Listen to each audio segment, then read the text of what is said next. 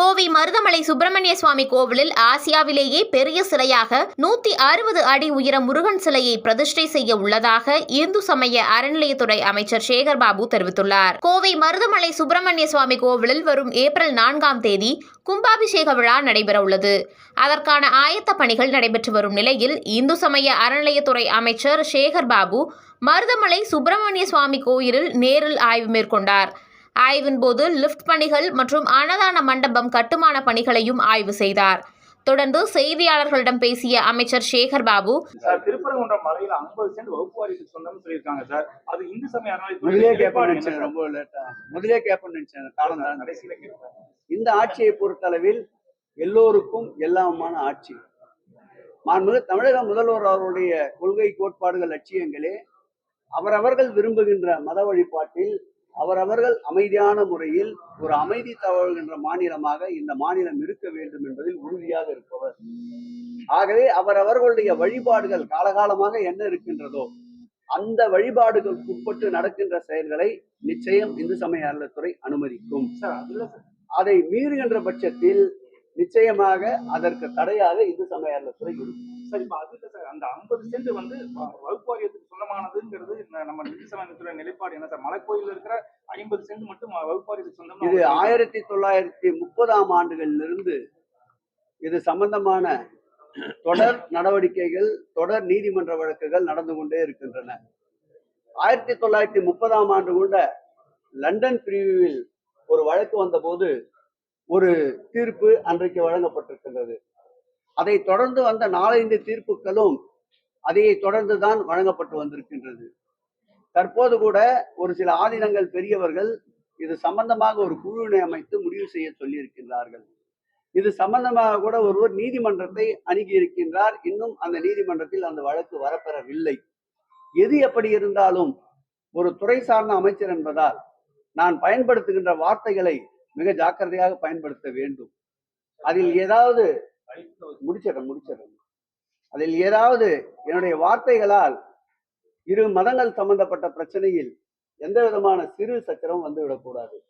அமர்ந்து முடிக்கிறம்பா, இருப்பா, என்ன பண்ணி மொத்தமா கேட்டு இல்லைன்னா அமர்ந்து இருப்பவர் கூட என்ன மதம் ஏதென்று தெரியாது, வந்து இருக்கின்ற அதிகாரி கூட தெரியாது. இப்படி ஒற்றுமையோடு பயணித்துக் கொண்டிருக்கின்ற இந்த மாநிலத்தில் எங்கும் எந்த விதமான பிரச்சனையும் வராமல் இருப்பதற்கு நாங்கள் மாத்திரமல்ல, ஊடகத்துறை சார்ந்த நண்பர்கள் நீங்களும் அதற்கு ஒத்துழைப்பு தர வேண்டும்.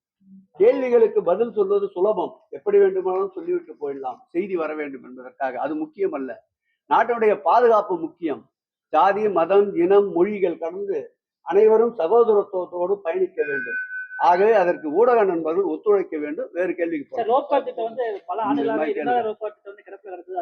நிச்சயமாக அந்த ரோப்கார் திட்டத்தை கொண்டு வருவோம். இந்த ஆட்சி வந்த பிறகுதான் 70 ரயிலில் 32 பேர்கள் என்று பயணிக்கக்கூடிய நிலையில இருந்த 70 ரயிலில் 72 பேர்கள் பயணிப்பதற்கு தரம் உயர்த்தி இப்போது பயன்பாட்டில் இருக்கின்றது. நீங்கள் நினைக்கின்ற ரோப்கார் ஏற்கனவே கடந்த ஆட்சி காலத்தில் முறையாக கொண்டு வரப்படாததால் 2016ஆம் ஆண்டு கொண்டு வரப்பட்ட அந்த டெண்டர் 2019ஆம் ஆண்டு இறுதி செய்யப்பட்டு 2020ஆம் ஆண்டு அவருக்கு ஒப்பந்தம் வழங்கப்பட்டு அதன் பிறகு அவர் பணி தொடங்கிய பிறகு 2016ஆம் ஆண்டு விலைப்பட்டியலும் இந்த பட்டியலுக்கு ஒத்து வரவில்லை என்று எடுத்தவர்கள் அந்த பணியை நிறுத்திவிட்டதால் மீண்டும் புதிய டெண்டர் கோரப்பட்டு ரோப்கார் திட்டம் கொண்டு வரப்பட இருக்கின்றது. நிச்சயமாக கூடிய விரைவில் ஒப்பந்தம் கோரப்படுகின்ற நிலை இருக்கின்றது. பழனி கோயில வெளியில வர வழியில டாலர் விற்கிறாங்கன்னு சொல்லி சர்ச்சை ஏற்படுத்தி பண்றாங்க சார். அதை ஏதாவது ஒரே இடத்துல வைக்கிற மாதிரி இருக்க முடியுமா? வரக்கூடிய வழியில நிச்சயமாக இந்த பெருந்திட்ட வரைவு ஒன்று எடுத்திருக்கின்றோம். 58 ஏக்கர் நிலப்பரப்பிலே நம்முடைய இந்த தொகுதியுடைய சட்டமன்ற உறுப்பினர், நம்முடைய நாடாளுமன்ற உறுப்பினர், நம்முடைய மாவட்ட மூத்த அமைச்சர் அண்ணன் ஐபி அவர்கள், அண்ணன் சக்கரபாணி அவர்கள் கூட இந்த வியாபார பெருமக்களுக்கு ஏற்றாற்போல் கடைகளை முழுவதுமாக ஒதுக்கீடு செய்ய சொல்லியிருக்கிறார்கள்.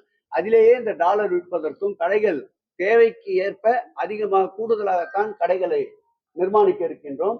அப்படி வாய்ப்பு இருக்கின்ற பொழுது அவர்களுடைய வாழ்வாதாரத்தை கருத்தில் கொண்டு அவர்களுக்கு ஒதுக்கும். டாலர் நம்ம கோவில் நிர்வாகம் வைக்கிறாங்க சார். வெளியில வர்ற வழியில கருவறையிலிருந்து வெளியில வர்ற வழியில கோபர்சன் முன்னாடி சிவன் சன்னதி சொல்லிடலாம். அதை வந்து அலுவலகத்தில் வைக்க சொல்லிடலாம். சரி, இப்ப தைப்பூச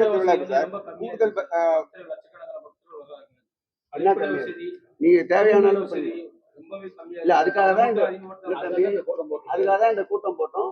இந்த தடவை கண்டிப்பா மனநிறைவா இருக்கும். நானும் வந்து 5ஆம் தேதி வரேன். இங்க ஒரு ரவுண்ட் அடிச்சுட்டு ஃபுல்லா வந்து டைம் ஸ்பெண்ட் பண்ணிட்டு ஃபுல்லாவே ஏற்பாடுகளை பார்ப்போம். ஏதாவது குறைகள் தெரிஞ்சா அப்ப சொல்லுங்க, அதை நிறைவாக்கி நீ மகிழ்ச்சி அடைய பண்ணு. இந்த சார், இந்த விலக்கு போட்டிருக்காங்க தைப்பூசத்துல சார். இந்த எங்கேயுமே கூடுதல் எரிய- பஸ் இயக்குறோம் சார். அந்த கூடுதல் பஸ்களுக்கு வந்து சில கட்டணங்கள் வந்து முறைப்படுத்தாம கொஞ்சம் அதிகமா வசூல் பண்றாங்க அப்படிங்கிற சரி, மாதிரி அதிகாரி சொல்றாங்க. தைப்பூசத்திற்காக விடப்படுகின்ற கட்டணங்கள் ஒரு குறிப்பிட்ட பஸ்களுக்கு தைப்பூசத்திற்கு, உதாரணத்திற்கு ரயில் நிலையத்தில் இருந்தோ அருகாமையில் இருந்தோ இயக்கப்படுகின்ற பேருந்துகளை ஒரு குறிப்பிட்ட அளவு நிர்ணயம் செய்து அதற்கு கட்டணம் இல்லாமல் இந்த முறை பயணிப்பதற்கு மாண்புமிகு தமிழக முதல்வருடைய உத்தரவை பெற்று இயக்குகிறோம்.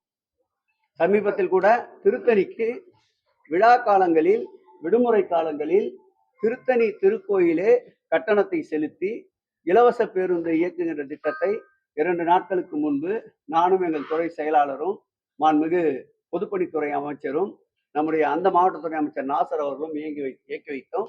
பக்தர்களிடையே பெரிய வரவேற்பு இருந்தது. பழனியிலும் இந்த தைப்பூசத்திற்கே அந்த திட்டத்தை கொண்டு வருவதற்கு பெருநகரத்தினுடைய இந்த மாவட்டத்தினுடைய போக்குவரத்து துறையோடு கலந்து பேசி முடிவினை எடுக்க சொல்கிறேன். இப்படி எந்த ஆட்சியிலும் நிருபர்கள் கேட்டவுடன் அந்த நிருபர்கள் கேட்ட வைக்கின்ற கோரிக்கைகளுக்கு உடனுக்குடன் அவர்கள் கோரிக்கைகள், அவர் கேள்விக்கு விடை காணுகின்ற ஒரு அரசு திராவிட மாடல் அரசு என்பதால் உங்களுடைய முழு ஆதரவு இந்த ஆட்சிக்கும் இந்த அரசுக்கும் இருக்க வேண்டும். நன்றி, வணக்கம்.